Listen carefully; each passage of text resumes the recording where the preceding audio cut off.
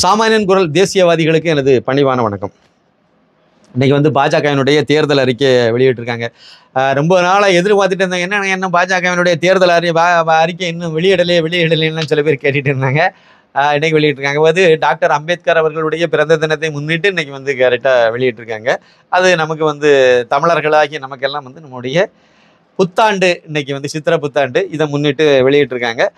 டெல்லியில் உள்ள பாஜக அலுவலகத்தில் வெளியிட்டாங்க. பிரதமர் நரேந்திர மோடி அவர்கள், உள்துறை அமைச்சர் அமித்ஷா அவர்கள், அப்புறம் பாதுகாப்புத்துறை அமைச்சர் ராஜ்நாத் சிங், அப்புறம் நிதியமைச்சர் நிர்மலா சீதாராமன், பாஜகவினுடைய தேசிய தலைவர் ஜே பி நட்டா, இவங்க எல்லாம் சேர்ந்து வெளியிட்டாங்க. இதில் பயனாளிகள், ஜல் ஜீவன் திட்டத்தில் பயனாளி, மோடி வீடு திட்டத்தில் பயனாளி, இப்படி ஒவ்வொரு 10 ஆண்டுகளில் பயனாளிகள், அந்த ஒவ்வொரு திட்டத்தில் உள்ள ஒரு பயனாளிகளையும் கொண்டு அவங்க கையில் இந்த தேர்தல் வாக்குறுதியை கொடுத்து அந்த மாதிரி வெளியிட்டிருந்தாங்க. ஒரு வித்தியாசமான ஒரு இதை வெளியிட்டிருந்தாங்க. இந்த இதில் முக்கியமான சில அம்சங்களை மட்டும் நம்ம பார்ப்போம். தேர்தல் வாக்குறுதியில் கொடுத்துருக்க முக்கியமான சில வாக்குறுதிகளை மட்டும் நம்ம இப்போ சுருக்கமாக பார்த்தா அது நல்லா இருக்கும்னு நினைக்கிறேன். 2025ஆம் ஆண்டு பழங்குடியினரின் பெருமை சேர்க்கும் ஆண்டாக அழைக்கப்படும். அதாவது 2025ஆவது ஆண்டை பழங்குடியினர் பெருமை சேர்க்கும் ஆண்டு அப்படிங்கிற மாதிரி அந்த ஆண்டை பழங்குடியினருக்கான ஆண்டாக கொண்டாடப்படும் அப்படின்னு சொல்லி ஒரு முதல் அறிவிப்பு ஒன்று கொடுத்துருக்காங்க. நாடு முழுவதும் பொது சிவில் சட்டம் அமல்படுத்தப்படும். அவசியம் தேவைங்க. நீங்கள் அமெரிக்காவுக்கு போனீங்கன்னா அமெரிக்காவுக்குன்னு ஒரு சட்டம் இருக்கும். ஆஸ்திரேலியாவுக்கு போனீங்கன்னா ஆஸ்திரேலிய நாட்டுக்குன்னு ஒரு சட்டம் இருக்கும். இங்கிலாந்துக்கு போனீங்கன்னா இங்கிலாந்துக்குன்னு ஒரு சட்டம் இருக்கும். பக்கத்தில் இருக்கக்கூடிய சீனாவுக்கு போனீங்கன்னா சீனாவுக்குன்னு ஒரு சட்டம் இருக்கும். பாகிஸ்தானுக்கு போனீங்கன்னா பாகிஸ்தான் நாட்டுக்குன்னு ஒரு சட்டம் இருக்கும். பங்களாதேஷ் போனீங்கன்னா பங்களாதேஷுக்குன்னு ஒரு சட்டம் இருக்கும். இலங்கைக்கு போனீங்கன்னா இலங்கை நாட்டுக்குன்னு ஒரு சட்டம் இருக்கும். ஆனால் அந்த கூறுகட்ட நாசமாக போனவங்க எல்லாம் சேர்ந்து இந்தியாவில் மட்டும் இந்தியர்களுக்குன்னு ஒரு சட்டம் வைக்காம இந்துக்களுக்கு ஒரு சட்டம், கிறிஸ்தவர்களுக்கு ஒரு சட்டம், முஸ்லீம்களுக்கு ஒரு சட்டம்னு வச்சு கூறு போட்டு வச்சுக்கிட்டாங்க. நாடை சுதந்திரம் அடையும் போதும் நாட்டை கூறு போட்டு விட்டாங்க, துண்டாடி விட்டாங்க. அப்புறம் மிச்சம் இருந்த பாரத தேசத்தினுடைய மிச்சம் எஞ்சிய பகுதியும் பழையபடியும் இருக்க கூறு போடுறதுக்கு வகை செய்யக்கூடிய வகையில் சட்டத்தெல்லாம் இயற்றி நாசம் பண்ணி வச்சு விட்டாங்க. அதை சீர்திருத்துறதுக்கு காமன் சிவில் சட்டம், அனைவருக்கும் பொதுவான சிவில் சட்டம். இப்போ கிரிமினல் சட்டம் எல்லாத்துக்கும் பொதுவாக தான் இருக்கு. இதில் கூட பாருங்க, இந்த காமன் சிவில் சட்டத்தை எதிர்க்கிறது யாருன்னு பார்த்தீங்கன்னா முஸ்லீம் பயங்கரவாதிகள் தெளிவாக இருப்பாங்க. முஸ்லீம் பயங்கரவாதிகள் ஐயோ நாங்கள் இதெல்லாம் ஏற்றுக்க போட்டோம், நாங்கள் சரியத் சட்டப்படி தான் நாங்கள் அதெல்லாம் பண்ணுவோம் அப்படிம்பாங்க. இதில் சிவில் சட்டத்தில் சொத்து வாங்கிறது, விற்கிறது, எத்தனை பொண்டாட்டியை கல்யாணம் பண்ணுறது, எப்படி விவாகரத்து பண்ணுறது, இதில் எல்லாத்துக்கும் நாங்கள் அதாவது எங்களுடைய மத சட்டத்தில் தான் நாங்கள் போவோம்னு சொல்லக்கூடிய முஸ்லீம் பயங்கரவாத கும்பல் இந்த வெட்டு, குத்து, கொலை, கற்பழிப்பு, குண்டு வைப்பு இதுக்கெல்லாம் இருக்குது பார்த்தீங்களா? இதில் நாங்கள் சரியத்தடா அதெல்லாம் வேண்டாம், அது வேண்டாம், அது இந்திய சட்டம் தான் வேணும். ஏன் தெரியுமா? கோயம்புத்தூரில் குண்டு வச்சோன்னா இன்றைக்கி விடுதலை பண்ணிடலாம். கிட்டத்தட்ட அது கொண்டு வந்துட்டாங்க. இப்போ அந்த ஆள் வெளியே தான் கிடக்காரு, ஜாமீனில் விட்டுருக்காங்களாம், வெளியே இருக்கார். இப்போ அவரை விடுதலை பண்ணணும்னு சொல்லி சட்டசபையில் தீர்மானம் போட்டார். ஸ்டாலின் காரு போட்டு வச்சிருக்கார். போட்டு வச்சு அதை நம்ம கவர்னர் தூக்கி கடப்பில் போட்டு வச்சிருக்கார். அதனால் இவங்க அந்த குண்டு வைப்பு கேஸுக்கு நீங்க சரியத் சட்டப்படி தண்டனை கொடுக்கறதா இருந்தா அன்னைக்கே கூட்டி பொது இடத்துல வச்சு தலையை வெட்டிடுவாங்க. அன்னைக்கே கதை முடிஞ்சிருக்கும். முஸ்லீம் மத சட்டப்படி நீங்க அவங்களுக்கு தண்டனை கொடுக்கறதா இருந்தா கற்பழிச்சோம்னா அங்கே வெட்டி விடுவாங்க. அதோட கதை முடிஞ்சு போயிடும். அதுக்கு பிறகு மிச்சம் இருந்தா தானே அடுத்த பெண்ணை போய் கற்பழிப்பா அப்படின்னு சொல்லிட்டு பண்ணிடுவாங்க. அதே மாதிரி தான் எதோ கடத்தல் பண்றான், கஞ்சா. இப்ப பாருங்க, சர்வதேச போதைப் பொருள் கடத்தல் பண்ண திமுகவினுடைய சென்னை மேற்கு மாவட்ட அயலக அணி துணை அமைப்பாளர் ஜாபர் சாதிக், இவர் தான் சர்வதேச போதைப் பொருள் கடத்தல் கும்பலின் தலைவன். சரியத் சட்டப்படி இவனுக்கு தண்டனை கொடுத்தா என்ன பண்ணுவீங்க? இதுக்கு முன்னாடி அவனுக்கு குழி தோண்டி புதைச்சிருப்பாங்க, அப்படிதானே? அன்னைக்கே தூக்கில் போட்டிருப்பாங்க. சென்னையில் ஒரு பொது இடத்துல ஒரு இடத்த உருவாக்கி அந்த பொது இடத்துல வச்சு தூக்கில் தொங்க விட்டு கதம் முடிச்சிருப்பாங்க கதை, அப்படி தானே? அதான் கரெக்டாக இருந்திருக்கும். அவருக்கு லிங்க் இவர் நம்ம ஓங்கோல் இளவரசர் இருக்கார்ல, அந்த உதவாக்கரை, அந்த உதயநிதி காரு இருக்காரு பார்த்தீங்களா, அவருக்கு இதில் தொடர்பு இருக்குங்கிறது கண்டுபிடிச்சிட்டாங்க அப்படின்னா அடுத்த நாளே இங்கே போட்டு தூக்கில் போட்டு காலி பண்ணிடுவாங்க. அப்போ இந்த மாதிரியான சரியத் சட்டத்தின்படி தீர்ப்பு நீங்கள் சொல்கிறதா இருந்தால், அதுபடி பண்றதா இருந்தா கிரிமினல் சட்டங்களுக்கு உடனே தண்டனை கொடுத்து விடுவாங்க. அப்போ அது வேண்டாம். அது எங்களுக்கு எங்களுக்கு இந்திய சட்டம் தான் வேணும். அதுல நாங்க இந்திய சட்டம், நாங்கெல்லாம் இந்தியன், எங்களுக்கு இந்திய சட்டப்படி தான் தண்டனை கொடுக்கணும். எதுல தப்பு செய்யும் போது தண்டனை கொடுக்கறதுக்கு, கொலை செய்யும் போது தண்டனை வைக்கிறதுக்கு, குண்டு வைக்கிறவனுக்கு தண்டனை கொடுக்கும்போது, இதெல்லாம் இந்திய தண்டனை சட்டப்படி தான் பண்ணணும். ஆனா எத்தனை கல்யாணம் பண்ணலாம், எப்படி நிலபுலன்களை வச்சிருக்கிறதுல என்ன என்ன விதிமுறைகள், இதெல்லாம் வந்து சரியத் சட்டப்படி தான் நாங்கள் பண்ணுவோம். என்ன அதில் வந்து தெளிவாக இருக்குது. பாஜக என்ன சொல்கிறாங்க அப்படின்னா, இந்தியனுக்குன்னு ஒரு சட்டம், நீ என்ன மதத்தை வேணால் பின்பற்றிட்டு போ, நீ தமிழனாயிரு, தெலுங்கனாரு, கன்னடத்துக்காரனாரு, மலையாளியாயிரு, இல்லைனா ஹிந்திக்காரன், ஹிந்தி பேசக்கூடியவனாயிரு, இல்லை குஜராத்தியாயிரு, யாரை வேணால் இருந்துட்டு போ, ஒரே ஒரு சட்டம், இந்தியனுக்குன்னு ஒரு சட்டம், அவ்வளோதான். அதில் ஒருவனுக்கு ஒருத்தின்னா எல்லாத்துக்கும் ஒருவனுக்கு ஒருத்தி தான். அந்த ஒருத்தி இறந்து போயிட்டா ஏதோ ஒரு சூழ்நிலையில் அப்படின்னா இன்னொரு கல்யாணம் பண்ணுறியா, எல்லாத்துக்கும் அதே சட்டம் தான். இல்லை அந்த ஒருத்தன் வந்து இறந்து போயிட்டா அந்த ஒருத்தி வந்து இன்னொருத்தரை கல்யாணம் பண்ணுறா, எல்லாத்துக்கும் பொதுவான ஒரே சட்டம் தான். ஒரு நிலம் விற்கிறதோ வாங்குறதோ, மகனுக்கா மகளுக்கா, எல்லாத்துக்கும் ஒரே மாதிரி தான் இருக்கும். இந்த மதத்தில் உள்ளவனுக்கு ஒன்று, அந்த மதத்தில் உள்ளவனுக்கு, வடக்க உள்ளவனுக்கு இப்படி, தெற்க உள்ளவனுக்கு இப்படி, கிழக்க உள்ளவனுக்கு அப்படி, மேற்க உள்ளவனுக்கு இப்படி, அப்படிலாம் கிடையாது. ஒரு நாடு ஒரு சட்டம், ஒரே நாடு ஒரே சட்டம், அதுதான் காமன் சிவில் சட்டம். இதில் என்ன பிரச்சனை, கதற ஆரம்பிச்சிட்டாங்க இப்போவே. இது வந்து உண்மையை சொல்ல போனால் இந்த சட்டம் வந்து புதுசு கிடையாது. இந்த ஒரே நாடு ஒரே சட்டம் அப்படிங்கிறது வந்து புதுசு கிடையாது. காமன் சிவில் சட்டம்ங்கிறது புதுசு கிடையாது. இந்த தேர்தல் வாக்குறுதி வந்து பாஜகவினுடைய ஆரம்ப காலத்தில் இருந்தே இருக்கும். காஷ்மீருக்கு 370 நீக்குவோம், அது வந்து முன்னாடி இருந்தே இருக்கும். அயோத்தியில் ராமபிராமனுக்கு ஆலயம் எழுப்புவோம், இது முன்னாடி இருந்தே இருக்கும். முத்தலாக் தடை சட்டம் கொண்டு வருவோம், இது முன்னாடி இருந்தே இருக்கும். பொது சிவில் சட்டம் கொண்டு வருவோம், இது முன்னாடி இருந்தே இருக்கும். இந்த சட்டம் வந்து இப்போ வந்து வரக்கூடிய இதில் இவ்வளோ 10 ஆண்டுகளில் அதை நிறைவேற்ற முடியலை. காமன் சிவில் சட்டத்தை நிறைவேற்ற முடியலை. ஆனால் வந்து முத்தலாக் தடை சட்டத்தை நிறைவேற்றிட்டாங்க. காஷ்மீருக்கு 370 தூக்கி போட்டாங்க வெளியே. அதே மாதிரி அயோத்தியில் ராமபிரானுக்கு ஆலயத்தை சட்டபூர்வமாகவே கட்டி முடிச்சிட்டாங்க, வழிபாட்டுக்கு திறந்து விட்டாங்க. இப்போ வந்து பொது சிவில் சட்டத்தை அடுத்த 5 ஆண்டுகளுக்குள்ளால நாங்கள் வந்து நடைமுறைப்படுத்துவோம்னு சொல்லியிருக்காங்க. இது அவசியம், கட்டாயம் தேவை. எல்லா நாட்டுக்கும் தேவை, நம்ம நாட்டுக்கும் அதே மாதிரி நாட்டுக்குன்னு ஒரு சட்டம் தான் தேவை. மதத்துக்கு ஒரு சட்டம், மாநிலத்துக்கு ஒரு சட்டம், அப்புறம் வந்து ஜாதிக்கு ஒரு சட்டம், இதெல்லாம் வந்து தப்பானது. அதை ஒழுங்குபடுத்தியிருக்காங்க, ரொம்ப சந்தோஷமான விஷயம்.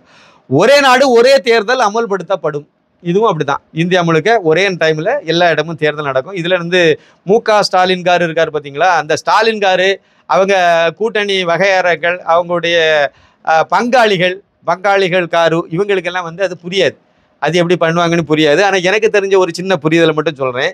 இப்போ வந்து பாராளுமன்ற தேர்தல் இப்போ நடக்குது. இப்போ ஒரே நாடு ஒரே தேர்தல் அப்படிங்கிறது கண்டிப்பாக இனிமே வந்து அடுத்த பாராளுமன்ற தேர்தல் நடக்கும், அதை மையப்படுத்தி தான் பண்ண முடியும், பண்ணதுக்கு பிளான் பண்ணுறாங்க. அப்படின்னா அடுத்த பாராளுமன்ற தேர்தலில் தான், தேர்தலை ஒட்டி எல்லா மாநில சட்டமன்ற தேர்தல்களுக்கும் தேர்தல் நடத்துறதுக்கு முடிவு எடுக்கப்படலாம். அடுத்த இப்போ 2024 நடக்குது, அடுத்த 2029 நடக்கும். அப்போ 2029 ஒரு 6 மாதத்துக்கு முன்னாடியோ பின்னாடியோ, இல்லைன்னா அந்த குறிப்பிட்ட இதே மாதிரி ஏப்ரல் மாதம் இல்லை மே மாதத்துல ஏதோ ஒரு சமயத்தில் வந்து அந்த தேர்தல் நடக்கக்கூடும். அப்படி நடக்கும்போது தமிழகத்தினுடைய சூழ்நிலை என்னவா இருக்கும்னா, ஒரு 2 வருஷம் 3 வருஷம் இல்லை 2 வருஷம் இந்த மாதிரிப்பட்ட ஆயுள் சட்டமன்றத்துக்கு இருக்கும், தமிழக சட்டமன்றத்துக்கு இருக்கும். இன்னும் ஒரு சில இதுக்கு வந்து இதை விட கம்மியான நாட்கள்லாம் கூட இருக்கும். சில இதுக்கு வந்து அதுக்கு முன்னாடியே வந்து தேர்தல் முடிச்சு, அதாவது இந்த தேர்தலோட முடியக்கூடிய சூழ்நிலையில் வரக்கூடியது, அது கரெக்டாக அந்த இடத்துல தேர்தல் நடந்துடும். முடிஞ்சு இல்லை இன்னும் ஒரு 6 மாதத்துக்கு முன்னாடி மாதிரியான சில மாநிலங்களுக்கு முடிகிற மாதிரி இருக்கும். அப்போ 6 மாதத்துக்கு முன்னாடி நடக்கக்கூடிய முடிஞ்ச மாநிலங்கள் எல்லாம் 6 மாதம் எக்ஸ்டெண்ட் பண்ணி அவரே முதலமைச்சர், அவங்களே எம்எல்ஏக்கள் அப்படின்னு அவங்களுக்கு 6 மாதம் அதிகப்படியாக கிடைக்க வாய்ப்பு இருக்கும். அந்த தேர்தல் 2029 வரைக்கும் அவங்களுக்கு ஒரு 6 மாதம் எக்ஸ்டெண்ட் பண்ணி கொடுக்க 6 மாதத்துக்கு உள்ளால இருந்தால் எக்ஸ்டெண்ட் பண்ணி கொடுக்க வாய்ப்பு இருக்கும். 6 மாதத்துக்கு பின்னாடி போச்சுதுன்னா அவங்களுக்கு முன்னாடியே தேர்தல் வைக்கிறதுக்கு வாய்ப்பு இருக்கும். இந்த 2.5 வருஷம் 3 வருஷம் இருக்கக்கூடிய தமிழகம் மாதிரியான மாநிலங்களுக்கு வந்து ஒரு 2.5 வருஷத்துக்கு மேலே இருக்கலாம். சில இது 4 வருஷம் கூட இருக்க வாய்ப்பு இருக்கும். அந்த மாதிரிப்பட்ட மாநிலங்களுக்கு வந்து அந்த பாராளுமன்ற தேர்தல் நடக்கும்போது இதுக்கு வந்து தேர்தல் நடக்காது. ஏன்னா இது என்னைக்கு அமுல்படுத்துறாங்களோ அதை பொறுத்து தான் வரும். அதுக்கு முன்னாடியே அமல்படுத்திட்டாங்கன்னா அந்த இது வந்து இடைத்தேர்தல்ங்கிற மாதிரி ஆயிரும். நடக்காது. அது வந்து என்ன நடக்கும்னா, அவங்களுக்கு இன்னும் 2.5 வருஷம் இருக்குல்ல, அதை அப்படியே விட்டுருவாங்க. 2029க்கு பிறகு 2.5 வருஷம் வரைக்கும் அந்த அவங்க ஏற்கனவே தேர்ந்தெடுக்கப்படும் போது இந்த சட்டம் அமல்படுத்தலை. அப்படிங்கும்போது 29ல் தான் அமல்படுத்துறாங்கன்னா 2.5 வருஷத்துக்கு முன்னாடியே தேர்தல் முடிஞ்சு போச்சு. அதனால இந்த சட்டமன்றத்தினுடைய ஆயுள் வந்து இன்னும் 2.5 வருஷம் இருக்குல்ல, அந்த 2.5 வருஷமும் விட்டுருவாங்க. அவங்களுக்கு தேர்தல், சட்டமன்றத்துக்கு தேர்தல் நடக்காது. அந்த 2.5 வருஷம் முடிஞ்ச உடனே அதுக்கு மட்டும் தேர்தல் நடக்கும். அந்த தேர்தல் அடுத்த 2.5 வருஷத்துக்கு மட்டும்தான் இருக்கும். எப்படி ஒரு எம்பி எம்எல்ஏ இறந்து போயிட்டாங்க, இல்லைனா வேற ஏதோ காரணங்கள்னா ராஜினாமா பண்ணிட்டாங்க அப்படின்னா அந்த தொகுதிக்கு ஒரு இடைத்தேர்தல் வருதுன்னா அந்த சட்டமன்றத்தினுடைய அந்த எம்எல்ஏ பதவி எவ்வளோ நாளோ அதுக்கு மட்டும்தான், ஒரு எம்பி பதவின்னா அதுக்கு எவ்வளோ நாளோ அதுக்கு மட்டும்தான். இப்படி தாங்க நடக்கும். இது ஒரு பெரிய பிரச்சனையே கிடையாது. ஒரே ஒரு தடவை தான் நடக்கும். அதுக்கு பிறகு இந்தியா முழுக்க ஒரே மாதிரி வந்துடும். திருப்பி நம்ம நாடு வந்து அப்படியே போயிட்டு இருக்கும்போது ஏதோ ஒரு மாநிலத்தில் திடீர்னு ஆட்சி கலைஞ்சு போச்சுது, பெரும்பான்மை இல்லாமல் அப்படி இப்படிலாம் ஆயிட்டு இடையில நிற்கிது அப்படின்னு சொன்னால் அது வந்து அந்த இடைக்காலத்துக்கு மட்டும்தான் அதுக்கு பிறகு தேர்தல் நடக்கும். அதாவது ஒரு வருஷத்தில் ஆட்சி கலைஞ்சு போச்சுன்னா 4 வருஷத்துக்கு தேர்தல் நடக்கும். 4 வருஷம் அதுக்கு பிறகு இருக்கக்கூடியவங்க ஆட்சியில் இருப்பாங்க. 5வது வருஷம் எல்லாத்துக்குமே தேர்தல் நடக்கும்போது அங்கேயும் நடக்கும். இவ்வளோதான். ரொம்ப சிம்பிளான கான்செப்ட் தான். எம்பி எம்எல்ஏல இடைத்தேர்தல் என்னவோ அதுதான் இதுக்கும் மாநிலத்துக்கும், அவ்வளோதான்.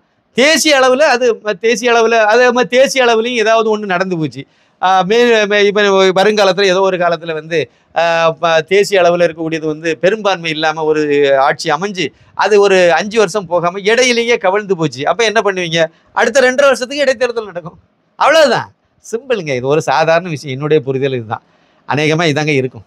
இது வந்து ஒரு ஏன்னா சட்டத்திட்டங்கள் இப்படி தானே வகுக்க முடியும். அதனால் இப்படி தான் போகும். இதை விட வேறு ஏதாவது இருந்தாலும் அது வந்து எளிமையான ஒரு விஷயமா தான் இருக்கணும். இதில் கூப்பாடு போடுறதுக்கெல்லாம் எந்த விதமான இதாக இருக்காது. 5 வருஷம் ஒருத்தர் பதவியில் இருக்கணும்னு சொல்லி ஒரு மாநிலத்தை மக்கள் தேர்ந்தெடுத்துட்டாங்கன்னா கட்டாயம் அவங்க 5 வருஷம் அந்த வாய்ப்பு இருக்கும். இந்த இதை அமுல்படுத்துறதுனால பாதிப்பு அவ்வளோ கிடையாது.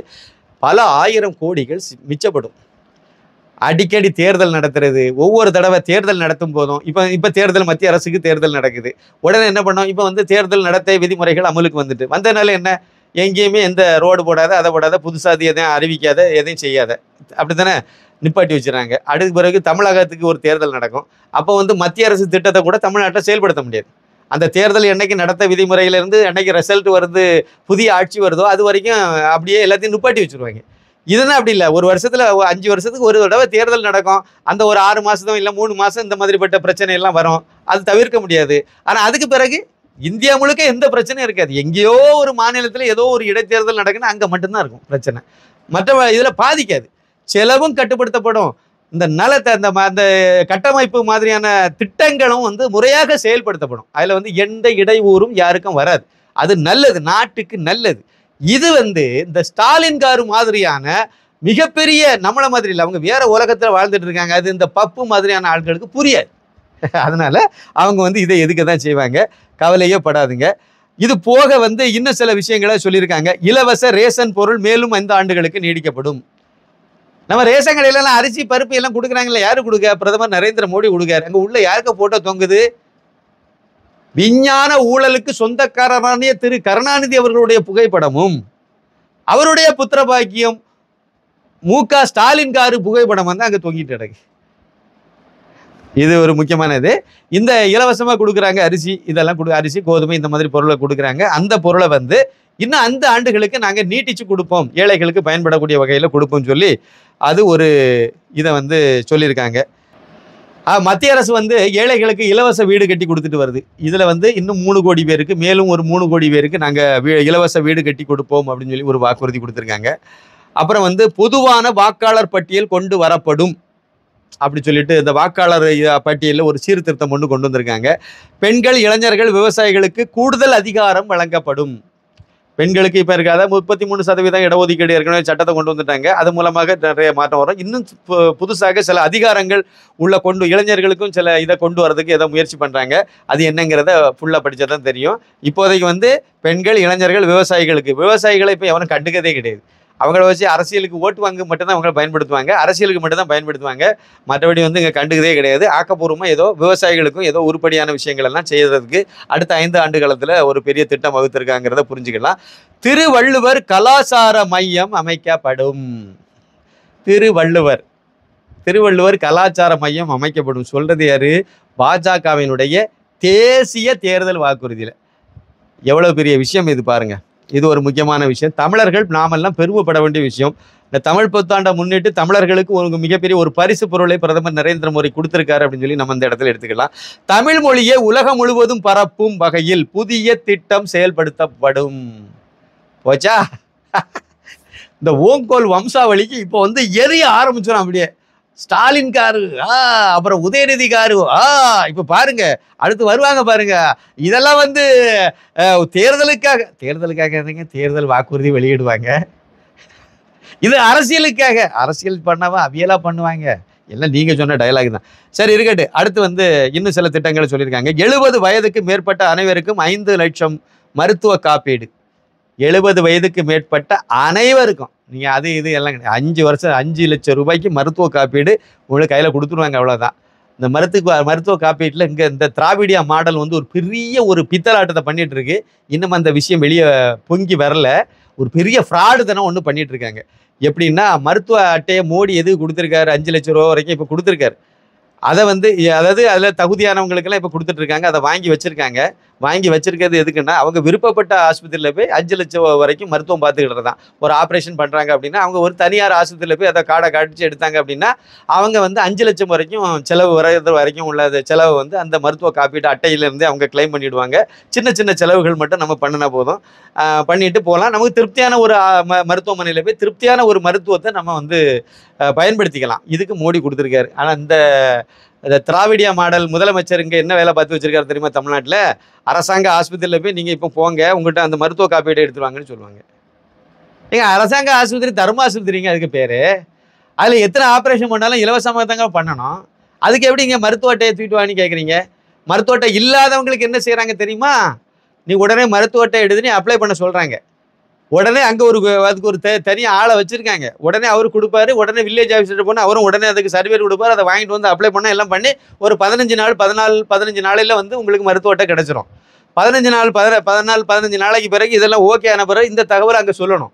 சொன்ன உடனே டாக்டர் வந்து அதுக்கு பிறகு ஆப்ரேஷனுக்கு நாள் குறிக்கிறாங்க. ஒரு கேன்சர் பேஷண்ட்டுக்கு 1 மாதம் தள்ளி வச்சுக்கிட்டாங்க. ஒரு கேன்சர் பேஷண்ட்டுக்கு 1 மாதம் இந்த இதனால் ஆப்ரேஷனை தள்ளி வச்சுக்கிட்டாங்க. தமிழகத்தில் உள்ள ஒரு முன்னணி மருத்துவமனை.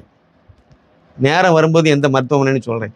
ரொம்ப கேவலமான விஷயம். ஆனால் இது ஜீவோ கிடையாது, எந்த இதுவும் அரசு கடிதமும் கிடையாது, ஒன்றும் உத்தரவும் கிடையாது. வாய்மொழி உத்தரவில் பண்ணிட்டு இருக்காங்க. அவங்ககிட்ட நான் கேட்டேன், டாக்டர் ஒரு பெரிய டாக்டர் மூலமாக விசாரிக்கும் போது இல்லை சார் அதனால வைக்கலையா அப்படின்னு சொல்லி சமாளித்தாங்க அப்படியே. ஆனால் உண்மையான விஷயம் வந்து இவங்க வந்து எப்படின்னா கொடுக்கறது மோடி, இந்த மருத்துவ காப்பீடு திட்டத்தை கொண்டு வந்தது மோடி, கொடுக்கறது அவர் கொடுக்குறாரு. ஆனால் இங்கே மருத்துவமனையில் போய் நம்ம போனோம்னா மருத்துவ காப்பீட்டு அட்டையை தூக்கிட்டு வாங்க. எதுக்கு கேட்குறாங்க தெரியுமா? இந்த அட்டையை வச்சு நாங்கள் இவ்வளோ ரூபாய்க்கு இவருக்கு மருத்துவம் பார்த்துருக்கோன்னு சொல்லி அந்த எந்த மருத்துவ இது கூட இன்சூரன்ஸ் கம்பெனி கூட இவங்க வந்து காப்பீட்டு கழகத்து கூட கம்பெனி கூட இவங்க நிறுவனத்து கூட இவங்க ஒப்பந்தம் போட்டு வச்சிருக்கோம். தமிழக அரசாங்கம் அந்த பணத்தை இந்த தமிழக அரசுக்கு வருவாயை ஈட்டுவதற்காக பயன்படுத்துகிறாங்க. ஒரு லாஜிக் படி எனக்கு ஒரு அட்டை இருக்கு அப்படின்னா நான் கொடுத்துட்டு போகிறதுல சரி உங்களுக்கு ஒரு அரசாங்கத்துக்கு ஒரு வருமானம் தானே போயிட்டு போட்டுன்னு போயிடலாங்க. எனக்கு அட்டை இல்லைங்க. ஆனால் நீங்கள் அப்போ எடுத்து கொடுங்க. எனக்கு ஆஸ்பத்திரி என்ன ட்ரீட்மெண்ட்டை ஸ்டார்ட் பண்ணிடுங்க, அப்புறம் நீங்கள் கொடுங்க. இந்த வாட்டி முடியலை, அடுத்த வாட்டிக்கு நான் வரும்போது பயன்படுத்திக்கிறேன்னு சொல்லுங்க, கொஞ்சமாவது ஏற்றுக்கலாம். ஆனால் நீங்கள் அந்த அட்டை வர்றது வரைக்கும் காத்துக்க வச்சிருப்பாருங்க. 15 நாள் நீங்கள் தள்ளி போட்டுருவீங்க. அது பிறகு அரசாங்க ஆஸ்பத்திரியில் ஏற்கனவே கியூவில் நிறைய வந்துட்டு இருக்காங்க. அப்போ அதில் இன்னொரு 15 நாள் தள்ளி போகுது. ஒரு கேன்சர் பேஷண்ட்டுக்கு ஒரு 15-30 நாள் தள்ளி வச்சிங்கன்னா அது என்ன மாதிரியான ரிசல்ட்டை கொடுக்கும்? அப்படி தான் இருக்குது நிலவரம். ரொம்ப யோசிக்க வேண்டிய விஷயம், வருத்தமான விஷயம் இது.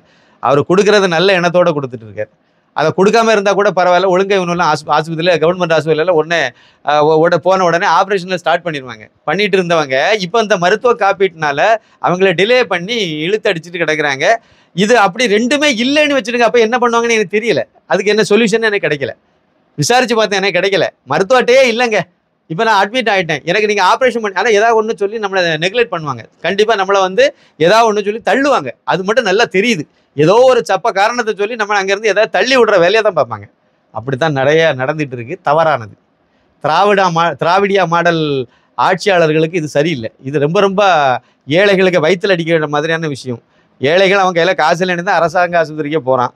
அப்படி போகும்போது பட்சத்தில் இந்த மருத்துவ அட்டையை கொண்டு வா, இல்லைன்னா புதுசாக எடுத்துட்டு வான்னு ஏன் சொல்கிறீங்க? கொடுங்க, நீங்கள் வேணால் கொடுத்து வைங்க. அவனுக்கு எல்லா தகுதியும் இருக்குல்ல. இந்த பக்கம் ஆப்ரேஷன்லாம் நடக்கட்டு, அவனுக்கு இந்த பக்கம் நீங்களே கொடுங்க. எல்லாம் கொடுத்து ஏற்பாடு பண்ணி கையில் கொடுத்து அனுப்புங்க. அது ஃபர்தரா எதிர்காலத்தில் நீ மருத்துவமனைக்கு வரும்போது அந்த அட்டையை கொட்டாயம் கொண்டு வரணும்னு சொல்லுங்கள், வாங்கிடுங்க. முதல் முறையாக அவன் பண்ணும்போது இதுக்காக வேண்டி நீங்கள் அவன் ஒரு உயிரை கொல்றீங்க பார்த்தீங்களா? மனசாட்சியே இல்லாதவங்க இவங்க. எல்லாரையும் பணம் பார்த்தே பழக்கப்பட்டவங்க பார்த்தீங்களா? அதில் தான் குறியாக இருக்கிறாங்களே தவிர மக்களுடைய உயிரை பற்றி அவங்க வந்து அதை கவனிக்கிறதோ இல்லைன்னா அதை பற்றி அதில் கவலைப்படுற மாதிரியோ இவங்களுடைய நிலைப்பாடு இல்லைங்கிறதுக்கு தான் இந்த ஒரு உதாரணத்தை சொன்னேன். அதே மாதிரி அடுத்து ஒரு முக்கியமானது முத்ரா கடன் உதவி. முத்ரா வங்கி கடன் ஒன்று வச்சுருக்காங்க. முத்ரா கடன் உதவின்னு ஒன்று இருக்குது இல்லையா? சிறு குறு தொழில், அதாவது சாதாரணமாக ஒரு டெய்லராக இருந்தாங்கன்னா அவங்க ஒரு லோன் எடுத்து அவங்களே ஒரு எக்ஸ்பர்ட்டுக்கு கம்பெனி ஒன்று ஆரம்பித்து அவங்களே பண்ணிட்டு போயிடலாம். அதற்கான கடன் வந்து 10 லட்சத்திலிருந்து 20 லட்சமாக உயர்த்தப்படும். இது வரைக்கும் 10 லட்சம் வரைக்கும் கடன் கொடுத்துட்டு இருந்தாங்க. சின்ன அந்த தொழிலை பொறுத்து கடன் தொழில் முனைவராக தொழிலாளிகளை முதலாளிகளாக மாற்றக்கூடிய ஒரு அற்புதமான ஒரு திட்டம் இது. அதில் ஏற்கனவே 10 லட்சம் வரைக்கும் அந்த இது வச்சுருந்தாங்க. அதை 20 லட்சம் வரைக்கும் கடன் உதவி கொடுக்குற 20 லட்சம் ரூபாய் வரைக்கும் கடன் உதவி கொடுக்கக்கூடிய வகையில் அதை வந்து மாற்றி அமைச்சிருக்காங்க. அப்புறம் வேலை வாய்ப்பு முதலீடுகளுக்கு முக்கியத்துவம் அளிக்கப்படும். வரக்கூடிய இதில் வந்து வேலை வாய்ப்பு, அப்புறம் முதலீடு, ஏற்கனவே முதலீடு வேலை வாய்ப்பு முக்கியத்துவம் கொடுத்து தான் எல்லா செயல் திட்டத்தையும் பிரதமர் நரேந்திர மோடி செய்துட்டு வராங்க. இப்போ அது இன்னமும் விரிவுபடுத்தப்படும்னு சொல்லியிருக்காங்க. குறைந்த விலையில் பைப் மூலம் கேஸ் வழங்கும் திட்டம் செயல்படுத்தப்படும். இது வந்து குஜராத்தில் இருக்குது. கேஸ் வந்து வீட்டில் பைப்பு எப்படி பைப்பு தண்ணி எப்படி நம்ம வீட்டுக்கு வருதோ இதே மாதிரி குழாய் மூலமாக வருதோ, இது மாதிரி கேஸ் வந்து சிலிண்டரில் கொண்டு வரதை குழாய் மூலமாக அங்கே ஒரு 10 வருஷத்துக்கு முன்னாடியே குஜராத்தில் நடைமுறையில் இருக்குது. அந்த இதை வந்து இங்கே நடைமுறை இந்தியா முழுக்க அதை பரவலாக்குறாங்க. அதுக்கு ஒரு திட்டம் கொண்டு வராங்க. அதை நம்ம புரிஞ்சுக்கலாம். பிரதமரின் மக்கள் மருந்தகங்களில் 80% தள்ளுபடியுடன் மருந்துகள் கிடைக்கும். இது ஏற்கனவே நடைமுறைப்படுத்தியிருக்காங்க. இதனுடைய எண்ணிக்கையை கூட்ட போகிறோன்னு சொல்லியிருக்காங்க. இது வந்து ஏற்கனவே இப்போ நம்ம திரு அண்ணாமலை ஐபிஎஸ் வந்து கோயம்புத்தூர் பாராளுமன்ற தொகுதிக்கான அந்த வாக்குறுதியில் இந்த இதெல்லாம் கொடுத்திருந்தார். 200 இடங்களை நான் கொண்டு வருவேன்னு சொல்லியிருந்தாரு. அதுமாதிரி தமிழகம் முழுக்க இப்போ வேகமாக அதை வந்து உள்ளே வந்துட்டு இருக்காங்க. இது வந்து நமக்கு எவ்வளவு அதிகமாக வருது அதுக்கு தக்கவாறு மக்களுக்கு அது பயனுள்ளதாக இருக்கும். ஏன்னா 80% வரைக்கும் நமக்கு வந்து குறைவு விலை. 10,000 ரூபாய்க்கு மருந்து வெளியே வாங்க வேண்டியது இருக்குது அப்படின்னா அது வந்து 2,000 ரூபாயில் அங்கே முடிஞ்சு போகிறோம். அப்போ 80% குறையும் போது எவ்வளோ பெரிய ரிலீஃப் கிடைக்குது அந்த நோயாளிக்கு. அந்த வகையில் வந்து இது ஒரு பயனுள்ள ஒரு விஷயம். ஆக்கப்பூர்வமானது, ரொம்ப ரொம்ப தேவையானதும் கூட. இது சூரிய ஒளி மூலம் மின்சாரம் தயாரிக்கும் திட்டம் நாடு முழுவதும் விரிவுபடுத்தப்படும். ஏற்கனவே இது போன பட்ஜெட்டில் கூட இதை அறிவிச்சிருந்தாங்க. அதை வந்து நாடு முழுக்க சூரிய ஒளி மாற்று மின்சக்தி மூலமாக நம்ம வந்து மாற்று எரிசக்தின்னு ஒரு திட்டம் இருக்குது.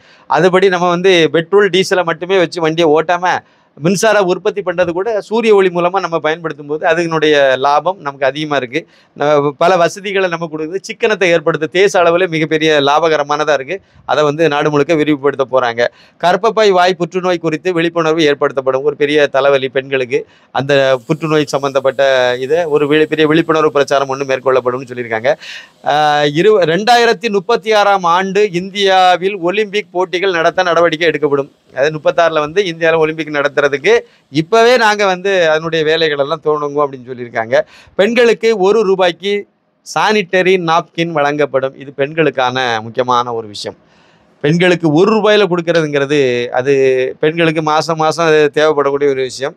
இது மிகவும் பயனுள்ள ஒரு திட்டம். நாப்கின் வந்து ₹1 கிடைக்குதுன்னு சொன்னால் அது எல்லா பெண்களுக்குமே வந்து ரொம்ப ரொம்ப பயனுள்ள ஒரு விஷயமாக தான் பார்க்கப்படும். இந்தியா முழுக்க பெண்களுக்கு ₹1 நாப்கின்கிறது வரவேற்கத்தக்க ஒரு பெரிய விஷயம். ஏன்னா மாணவிகள்லேருந்து அது தேவைப்படுது. அது வந்து கட்டாயம் தேவை. அது ₹1 கொடுக்கும்போது ரொம்ப ரொம்ப பிரயோஜனமாக இருக்கும். மலைவாழ் மக்களின் வாழ்வை மேம்படுத்த புதிய திட்டம் செயல்படுத்தப்படும். அதான் மலைவாழ் மக்களுக்காக, பழங்குடியினர் மக்களுக்காக ஒரு பெரிய திட்டத்தை கையில் எடுத்திருக்காங்க. கண்டிப்பாக நல்லது நடக்கும். மலைவாழ் மக்களின் உற்பத்தி பொருட்களை விற்பனை செய்வதற்கு தேவையான உதவிகள் செய்து தரப்படும். அவங்களுக்கு அந்த உற்பத்தி பொருட்களை வந்து சந்தைப்படுத்துறதுல நிறைய இடையூறுகள்லாம் இருக்குது. அதுக்காக மோடி அரசாங்கமே அதுக்கான திட்டத்தை வகுத்து செயல்படுத்த கொண்டு வராங்க. லாரி ஓட்டுநர்களுக்கு தேசிய நெடுஞ்சாலைகளில் ஓய்வு மையம் ஏற்படுத்தப்படும். நாடு முழுக்க லாரி ஓட்டிகிட்டு இருக்கவங்களுக்கு மையமே, அதை அவங்களுக்கு வந்து ஓய்வே இல்லை.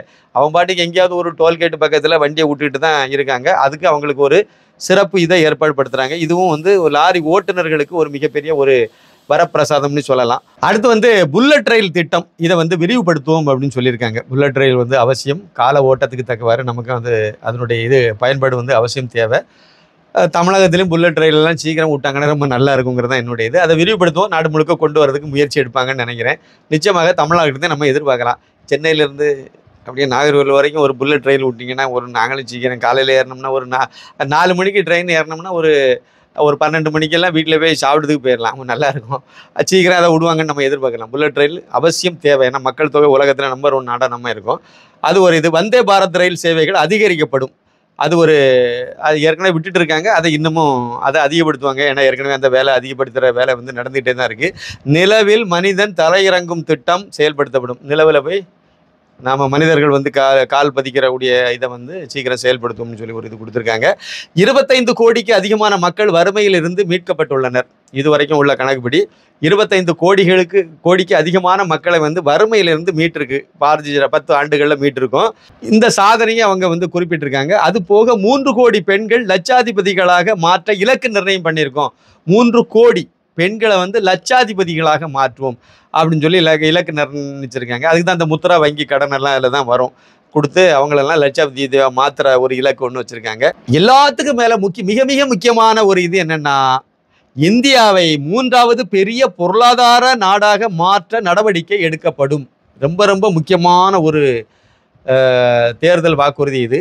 இது வந்து நீண்ட நாளாக சொல்லிகிட்டே இருக்கார் பிரதமர் நரேந்திர மோடி வந்து சொல்லிகிட்டே இருக்கார். பிரதமர் நரேந்திர மோடி அவர்கள் வந்து பிரதமராக பதவியேற்க 2014க்கு முன்னாடி நம்ம நாடு வந்து அதாவது 10வது இடத்துல இருந்து பொருளாதார அடிப்படையில் பார்க்கும்போது 10வது இடத்துல இருந்துச்சு. நாம் அதை வந்து மோடி வந்த பிறகு 10 ஆண்டுகளுக்குள்ள அதை வந்து 5வது இடத்துக்கு நம்ம கொண்டு வந்திருக்கோம். இதை வந்து 3வது இடத்துக்கு நகர்த்துறதுங்கிறது சாதாரண விஷயம் கிடையாது. சீனா, அமெரிக்கா இந்த மாதிரி பெரிய நாடுகளுக்கு இடையில் நம்ம வந்து போட்டி போட்டு தான் நம்ம வந்து வரணும், முன்னேறி வரணும். உலக நாடுகள் அளவில் அதை நம்ம பொருளாதாரத்தில் முன்னேறி வரணும்னா நம்ம வளர்ச்சி அடைஞ்சால் மட்டும்தான் வர முடியும். எல்லாத்துக்கும் மேலே இதையும் தாண்டி இன்னொரு பெரிய சாதனையை வந்து ஏற்கனவே நடைமுறைப்படுத்தி கொண்டு வந்துட்டாங்க. அதை விரிவுபடுத்த போகிறாங்க. என்னென்னா ஊழல் ஒழிப்பு. மத்திய அரசில் ஏறக்குறைய ஆல்மோஸ்ட் எல்லா இடமும் களை பிடிங்கிட்டாங்க. எந்த மத்திய அமைச்சர் மேலேயும் வந்து ஒரு ஊழல் குற்றச்சாட்டு இல்லாத ஒரு நிர்வாகத்தை கடந்த 10 ஆண்டுகளாக பிரதமர் நரேந்திர மோடி கொடுத்துருக்காரு. அவருக்கு நம்ம மக்கள் சார்பில் நம்ம வந்து இந்த தமிழர்கள் சார்பாக இந்த தமிழர் உடைய இந்த புத்தாண்டு தினத்தை முன்னிட்டு அவருக்கு ஒரு ராயல் சல்யூட் நம்ம கொடுக்கலாம். கண்டிப்பாக கொடுக்கலாம்.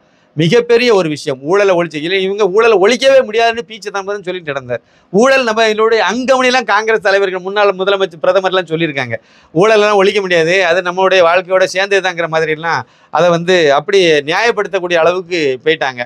கருப்பு பணத்தை ஒழிக்க முடியாது, கருப்பு பணம் இருந்தால் தாங்க நல்லதுன்னு சொன்னவர் தான் பி. சிதம்பரம். இது ஆக்ஸ்போர்ட் யூனிவர்சிட்டியில் போய் என்ன ஈரமண்ண படிச்சதுன்னு நமக்கு தெரியல. இப்படிப்பட்ட ஆட்கள்லாம் நிதியமைச்சராக வேற இருந்துட்டு போயிட்டாங்க. எப்படி வழங்கும்? அதனால் இப்படியெல்லாம் சொல்லிட்டு நடந்த நேரத்தில் தான் இவங்க வந்து அதை மேக்ஸிமம் லெவலுக்கு கொண்டு வந்திருக்காங்க. கருப்பு பணம் சுத்தமாக ஒழிஞ்சிட்டுன்னு நான் சொல்லவே மாட்டேன். இன்னமும் கருப்பு பணம் விளையாடுது. பெரும்பாலும் குறைச்சிட்டாங்க. இன்னமும் அதை அடுத்த ஸ்டெப்பு கொண்டு போகணும். லஞ்சத்தை பெரும்பாலும் கட்டுக்குள்ளே கொண்டு வந்துட்டாங்க. லஞ்சம் இல்லாத அளவுக்கு மத்திய அரசு அலுவலகம், மத்திய அரசு சம்மந்தப்பட்ட இதிலெல்லாம் ஒரு பெரிய அளவில் கட்டுப்படுத்திட்டாங்க. இதை மாநில அளவுக்கு கொண்டு வரணும் அப்படின்னா, தமிழகத்துக்கு கொண்டு வரணும்னா தமிழகத்தில் ஆட்சி மாறணும். அண்ணாமலை முதலமைச்சர் ஆகணும். பாஜக ஆட்சி இங்கே இருக்கணும். அப்போ தான் வந்து லஞ்சத்தை ஊழலை ஒழிக்க முடியும். மேலே ஊழலை ஒழிச்ச மாதிரி இங்கேயும் ஒழிக்கணும்னா, இங்கே வந்து வந்த உடனே தான் ஊழல் பெருச்சாளிகள் ஆச்சு. ஒரு வருஷத்தில் 10 வருஷம் காஞ்சிட்டு நடந்தாங்க பார்த்தீங்களா? ஆட்சியை கையில் கொடுத்த உடனே ஸ்டாலின்காரு ஒரு வருஷத்துக்கு உள்ளால 30,000 கோடியை சுருட்டிட்டு போயிட்டார். நான் சொல்லலை, பிடிஆர் பழனிவேல் தியாகராஜன் சொன்னது, அன்றைய நிதி அமைச்சர் சொன்னது. அப்போ உண்மையாக தானே இருக்கும். இது வரைக்கும் மறுக்கவே இல்லைங்க. அவர் அப்படி உண்மையை சொல்லிவிட்டாருந்தா அவருக்கு டீ ப்ரொமோஷன் கொடுத்துட்டு இருந்தாங்க. அது எப்படி உண்மையை சொல்லலாம்? நீங்கள் உண்மையை சொன்னால் டீ ப்ரொமோஷன். இவங்களுக்கு பிடிச்சதெல்லாம் கோயம்புத்தூர் குண்டுவெடி குற்றவாளியை கைப்பிடி தோளோடு தோல் கோர்த்து நிற்கிறது, கட்டி அணைக்கிறது. அதுமாரி ராஜீவ்காந்தி வந்து கொண்டாங்க பார்த்தீங்களா, கொண்டு வச்சு சின்ன பின்னமாக சிதைச்சாங்கல்ல, அவங்கள கட்டுப்பிடிச்சு கும்தம் கொடுக்கறது. இதுதானே பிடிக்கும். நல்லவங்களை பிடிக்காதுல்ல. அது எப்படிங்க திமுகவுக்கு நல்லவங்களை எப்படி பிடிக்கும்? கொள்ளைக்காரன், கொலைகாரன், அப்புறம் வந்து குண்டு வச்சவன், அதேமாதிரி ஊழல் பெருச்சாளிகள் அவங்கள தான் பிடிக்கும். நேர்மையாக ஏதாவது என்ன பிடிக்காதுல்ல. அந்த அடிப்படையில் இவங்க வந்து இங்கே ஊழலை வந்து தடுக்கணும்னா இவங்களால முடியாது. ஏன்னா இவங்க அதாவது அதிகாரிகளெல்லாம் நல்லவங்க தான், ஆனால் வந்து ஆட்சியாளர்கள் நல்லவங்க இல்லைல்ல. ஊழலை கொள்ளையடிக்கிறதுல இவங்க கமிஷன் வாங்குறதில்ல. அவங்க கொஞ்சம் கம்மியாக வாங்குவாங்க, இவங்க கொஞ்சம் அதிகமாக வாங்குவாங்க. அவங்க கொஞ்சம் கீழே இறங்கி வாங்குவாங்க, இவங்க அப்படி இல்லை உச்சபட்சத்தில் போய் நிற்பாங்க. அவ்வளோதானே வித்தியாசம். வாங்க மாட்டாங்கன்னு சொல்ல முடியல. பங்காளி தானே, கூட்டுக்களவாணி தானே. அதனால் பாருங்களேன் எவ்வளோ தெளிவாக போகிறாங்களா பாருங்களேன். ஜெயலலிதா அந்த அம்மா இருக்கிறது வரைக்கும் திமுககாரன் கல்யாணத்துக்கு கூட போக மாட்டாங்க. அண்ணங்க திமுகவில் இருப்பான், தம்பி வந்து அண்ணா திமுகவில் இருப்பான். அவன் கல்யாணத்துக்கு போனாலே 1000 தடவை யோசிப்பான். ரகசியமாக போய் சம்பிரதாயத்தை முடிச்சுட்டு ஒரு ஃபோட்டோ கூட வெளியே வராமல் ஓடி போயிடுவாங்க. வெளியே தெரிஞ்சினாலே நமக்கு சிக்கல் அப்படிங்கிற மாதிரி பயந்தவங்க இன்னைக்கு பங்காளிகள் ஆகிட்டாங்க. நாம் 2 பேரும் என்ன வேணாலும் பண்ணுவோம், அண்ணாமலை வந்துடக்கூடாது. நாம் 2 பேரும் என்ன வேணாலும் செய்வோம், பாஜக உள்ளே வந்துடக்கூடாது. அதுக்கு நம்ம விட்டு கொடுப்போம். இந்த தொகுதியில் நீங்கள் எங்களுக்கு விட்டு கொடுக்க, அந்த தொகுதியில் நாங்கள் உங்களுக்கு விட்டு கொடுப்போம். நம்ம ஒரு அண்டர்ஸ்டாண்டிங்கில் போகணும். மக்கள் 2 பேரும் எல்லாத்தையும் சேர்த்து உங்களுக்கு கொல்லி வச்சுருவாங்க. நீங்கள் இந்த கதையெல்லாம் பண்ணுறதெல்லாம் மக்களுக்கு மட்டும் தெரியாத என்ன? அதான் நல்லா பார்த்துட்டு இருக்காங்களா. ஏதோ நல்ல காரியம் நடக்க போகுது. இந்த தேர்தல் வாக்குறுதி பற்றி நம்முடைய முதலமைச்சர் இருக்கார் பார்த்தீங்களா, ஸ்டாலின் காரு. அதாவது தமிழர்களுடைய புத்தாண்டுக்கு வாழ்த்து சொல்ல துப்பு கெட்ட முதலமைச்சர் ஸ்டாலின் காரு அவர் வந்து கருத்து சொல்லியிருக்காரு. ஐயகோ அம்பேத்கர் எழுதி வச்ச சட்டத்தை இங்க வந்து எல்லாம் மாத்துறாங்க இவங்க. எதுக்கு காமன் சிவில் சட்டம் கொண்டு வரும்னு சொல்லிவிட்டாங்கல்ல அதுக்கு. அது பழைய தேர்தல் வாக்குறுதி தான். ஆனா நிறைவேற்றி விடுவாங்கல்ல. பாஜக சொன்னதை செய்யும். அதுதான் இவர் துடிக்கிறார்.